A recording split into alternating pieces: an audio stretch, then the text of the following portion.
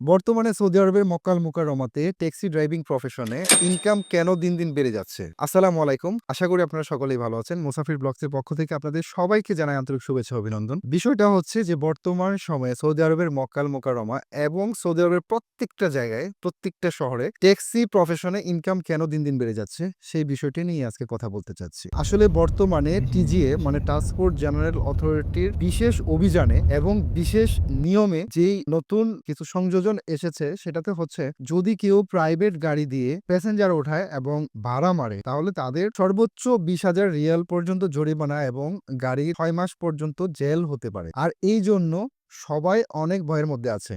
কারণ আমাদের প্রবাসী বাংলাদেশ ভাইয়েরা অনেকেই আছেন যারা প্রাইভেট গাড়ি কিনে এটা দিয়ে প্যাসেঞ্জার নিয়ে এদিক ওদিক যায়। এটা দিয়ে ট্রান্সপোর্ট করে, প্যাসেঞ্জার ট্রান্সপোর্ট করে। এইজন্য এই ট্রান্সপোর্ট জেনারেল অথরিটির বিশেষ অভিযানের কারণে তাদের গাড়িগুলো এখন এক প্রকার বন্ধ করে দেওয়ার মতো অবস্থা। তারা এখন ভয়ে গাড়ি নিয়ে বের হয় না, প্যাসেঞ্জার ওঠায় না গাড়িতে।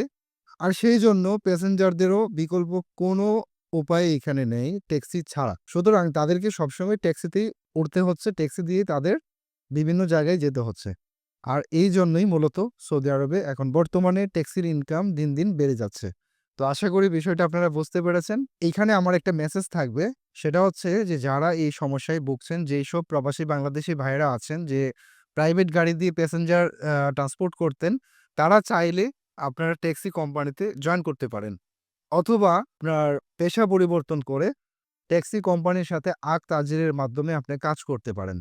চাইলে যেকোনো এর জন্য আমাদের সাথে যোগাযোগ করতে পারেন। যেকোনো বিষয় জানার জন্য আমাদের সাথে যোগাযোগ করতে পারেন। স্ক্রিনে আমাদের নাম্বার দেওয়া থাকবে।